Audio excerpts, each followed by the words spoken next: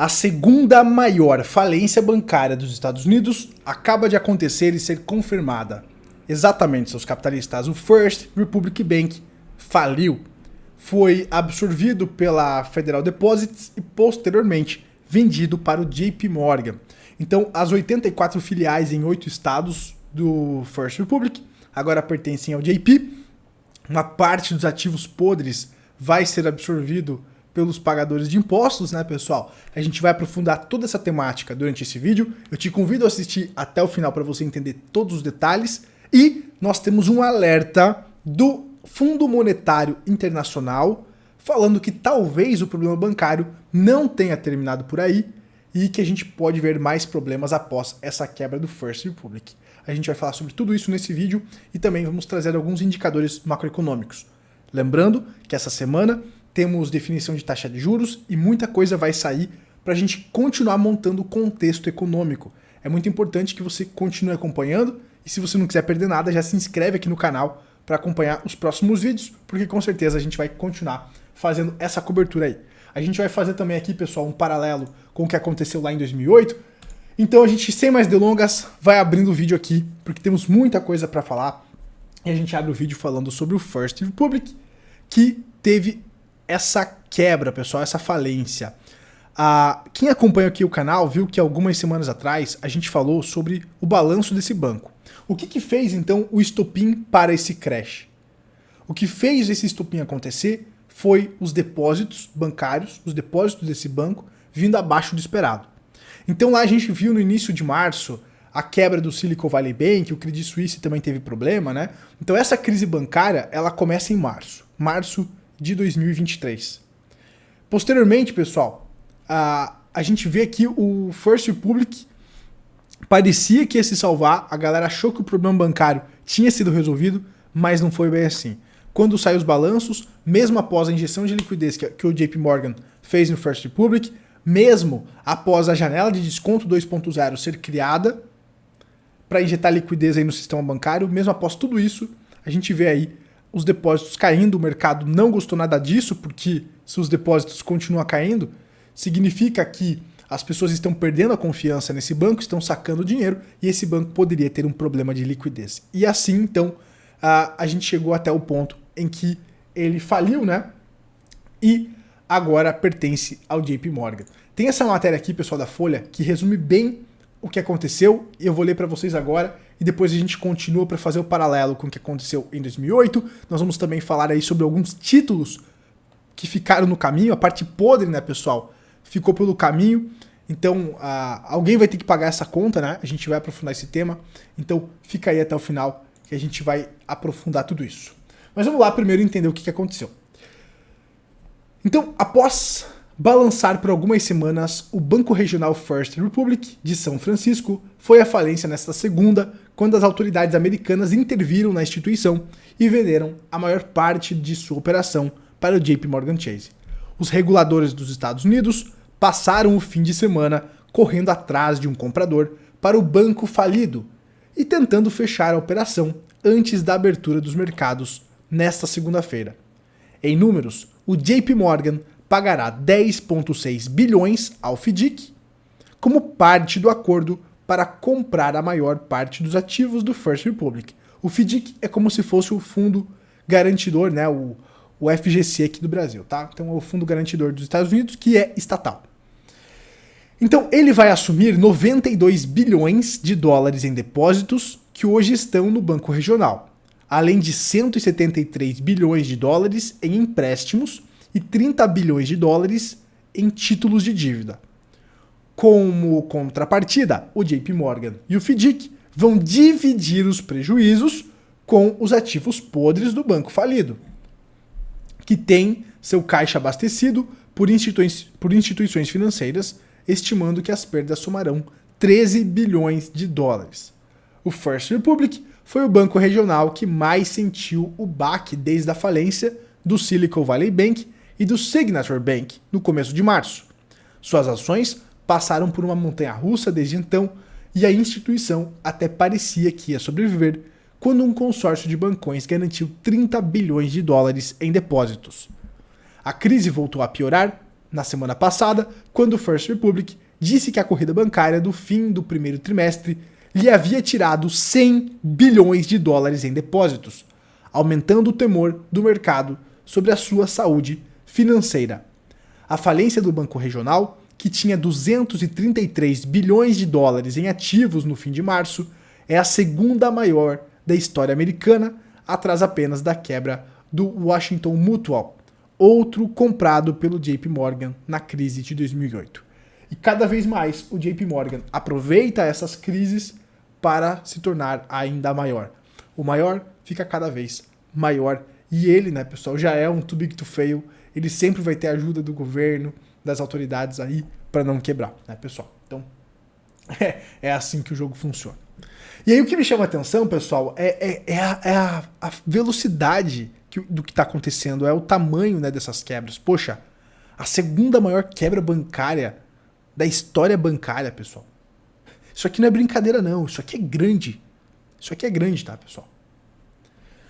E aí eu tô trazendo essa comparação de 2008 para vocês observarem que esses movimentos corretivos, eles são lentos e, por exemplo, a crise de 2008, ela começa muito antes, né? Ela começa em 2007 e termina em 2009. Então será que a gente pode fazer esse paralelo aí, pessoal? É claro que a crise bancária não foi causada apenas por problemas bancários. A gente teve também o Merrill Lynch, né? Várias instituições podres. Mas aqui a gente focando na questão bancária, pessoal, eu quero fazer um destaque para vocês, tá? Olha isso aqui. Em 2007, pessoal, se inicia os problemas, quando a BNP Paribas suspende resgates em 2 fundos de investimento. Gabriel, a gente teve alguma suspensão de resgates neste ciclo? Sim. Quem não lembra aqui, né, pessoal? Quem acompanha o canal, quem que não vai lembrar aí da Black... Agora até eu esqueci, da Blackstone, não é a BlackRock, sempre foi Black, mas é a Blackstone, né, pessoal? O fundo imobiliário suspendendo saques, né? Então, será que a gente poderia comparar a Blackstone dos fundos imobiliários com o BNP Paribas? Então foi o iniciozinho, né, pessoal? Aqui você acompanha bem o iniciozinho aqui. Depois a gente teve aqui o Bear Stearns, que declarou falência, mas isso foi ainda em 2007, pessoal. O Bear Stearns, que era um importante banco americano, declara falência em 2007. Mas aí a bolsa aqui que você está vendo tá ainda lateral, ó, teve algumas quedinhas, mas bem tranquilo, tá bem tranquilo ainda. Aqui a gente teve um bull trap ainda que a galera achou que tinha já caído o suficiente e depois achava que era alta infinita. E parece que a gente tá nesse movimento aqui, na minha opinião, tá? Ou próximo disso. Então o Bear Stearns quebra, depois o Fed diz que o risco do crescimento, do crescimento negativo, de uma contração aumentou, então o Fed começa a sinalizar antes desse bull trap que ele vai parar de desestimular a economia e vai voltar a estimular. E é justamente quando o Fed volta a estimular que os problemas começam a acontecer. Quando ele volta a estimular é que as quebradeiras acontecem, porque já era tarde, a merda já estava posta, né? Era só jogar no ventilador. Então aqui, pessoal, a gente observa, né, que o Fed reduz a sua meta da taxa básica de juros em 0,75, então ele começa a contrair os juros, o mercado faz uma alta aqui em animosidade, né, mas como a gente sabe, a falácia do pivô do Fed, ela existe, né? Ou seja, não necessariamente quando o Fed voltar a estimular a economia, o mercado vai subir, ele pode fazer um rally, né, de euforia, mas a realidade é que já vai ter muita coisa podre acontecendo. Então, quando o Fed anuncia que vai reduzir os juros, numa redução grande, o mercado se anima, mas depois ele corrige. E aí, aqui nós temos bem no topo aqui desse bull trap a falência do ANB. Então perceba como lá em 2008 aconteceram algumas falências, só que eu vejo que agora em 2023 está muito mais acelerado e muito mais grave, tá? Depois, né, pessoal, a gente tem aí a quebra do Merrill Lynch e tal, o famoso, né, Lehman Brothers também vai à bancarrota e aí ocorre o crash, certo? Mas muita coisa aconteceu antes. Então por isso que a gente vem acompanhando, né, pessoal, todos esses desdobramentos, porque eu acredito que o que está acontecendo agora é muito maior do que foi em 2008, do que precedeu a quebra do Lehman Brothers em 2008. Mas é Apenas a minha opinião, não estou dizendo que isso vai se repetir e vai levar a um crash, mas é curioso achar que está tudo normal o que está acontecendo, né, pessoal? Bom, vamos seguindo aqui para finalizar essa questão do First Republic, para entender os títulos, tá? Então, os títulos do First Republic caem para quase zero após a aquisição por reguladores. Os títulos do First Republic Bank caíram para quase zero após a aquisição do Banco Regional e a venda forçada ao JP Morgan Chase no final de semana. Há pouca esperança de recuperação dos títulos.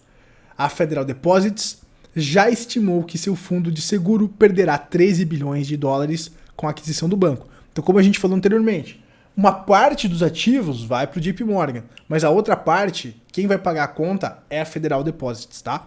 E muitos desses títulos, pessoal, foram a zero. Então, sim, tem um prejuízo, tem uma perda, vai doer no bolso aí da Federal Deposits. Até quando que eles vão conseguir suportar essas quebradeiras? E se o Fundo Monetário Internacional estiver certo, talvez, né, pessoal, essas quebradeiras aí possam continuar, tá?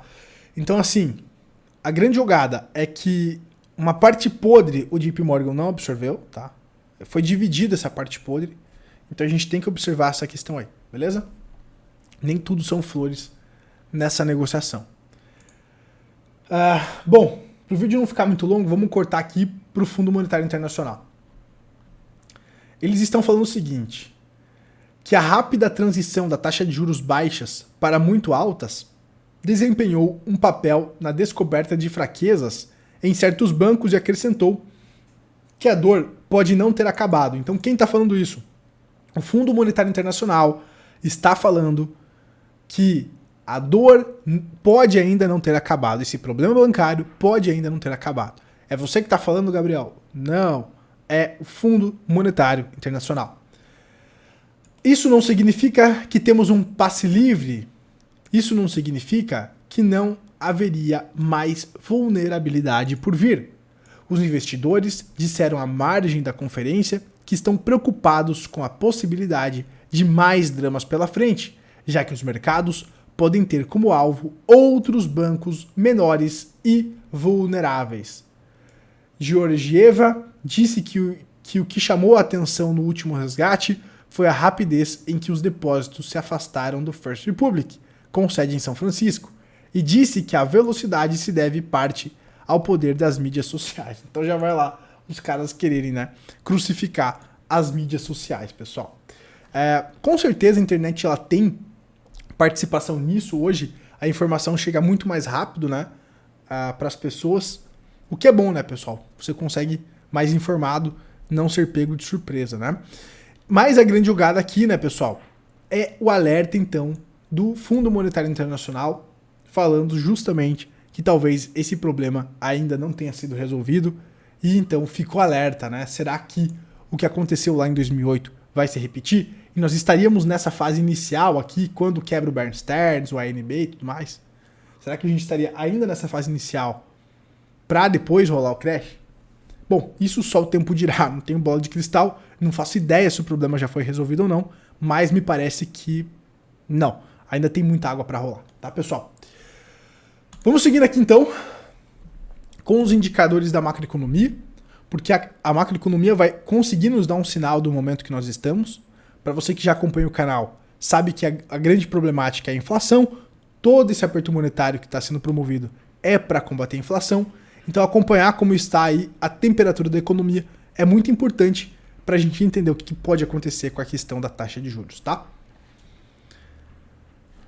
Minha aposta, eu acredito que agora essa semana a taxa de juros vai subir pela última vez 0,25 e depois o Fed vai começar a contrair. Só que lembrem-se da questão da falácia do pivô do Fed. Não é porque os caras vão cortar a taxa de juros que o mercado vai ter altas infinitas.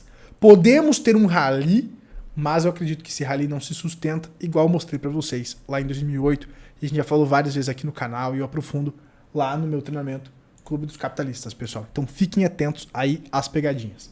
Então aqui olhando o PMI industrial dos Estados Unidos, a gente observa ontem, pessoal, que ele veio abaixo das projeções, tá? Mas veio acima do PMI anterior. O PMI anterior veio 49,2, a projeção era 50,4 e veio 50,2. Então veio abaixo da projeção. O setor industrial se esperava que tivesse mais força, mas o que me chamou a atenção é que ele foi acima de 50. Geralmente acima de 50 indica expansão, tá? Nesse aspecto, nesse contexto que nós estamos vivendo, eu vejo que isso é negativo, porque demonstra, né, que a inflação pode continuar persistente. O Fed precisa ver quebradeiras, o Fed precisa ver enfraquecimento para voltar a estimular a economia. Por que ele precisa ver enfraquecimento? Porque assim ele vai ter certeza que a inflação não vai voltar a incomodar. O Fed não pode voltar a estimular a economia, porque senão a inflação vai para 10% de novo. E eles já deixaram muito claro que o objetivo deles é levar para 2%. Vamos dar uma olhadinha na China. A China aí o negócio é o contrário. A China está demonstrando clara desaceleração. O PMI anterior veio 51,9, a projeção era 51,4 e veio 49,2. Então a China entra aqui em desaceleração. Tanto é que a gente está vendo aí, por exemplo, as commodities sofrerem com isso, né? O minério de ferro e tal. A gente viu a Vale, para quem acompanha os vídeos aqui do canal e não pula nada, já viu a Vale, né, que veio com os resultados bem complicados, justamente por conta dessa desaceleração da China, tá? Zona do euro, a Europa a gente sabe que também está com esse problema da inflação elevada. E aí, pessoal, saiu hoje, tá? O PMI industrial da zona do euro, aonde a projeção era 45,5, veio acima 45,8, abaixo dos 50. Então lá na zona do euro, esse movimento é positivo para a questão do combate à inflação, como eu já expliquei para vocês, tá, pessoal? Positivo para o combate à inflação, mas aponta justamente a contração da economia. Lembre-se do que a gente fala aqui no canal. O problema não é o combate à inflação. A grande treta é a consequência desse combate à inflação, tá? Então quem entendeu aí já essa dinâmica, com certeza já vai conseguir aproveitar as oportunidades que estão por vir, pessoal. Grandes oportunidades estão por vir. Para quem quiser continuar maratonando, gente, olha, esse vídeo aqui, Reverse Repo está quebrando os bancos. Tá muito legal, tá? Tá muito legal para você compreender o background, os bastidores de toda essa problemática. Então eu vou deixar mais vídeos aqui na descrição para você continuar maratonando.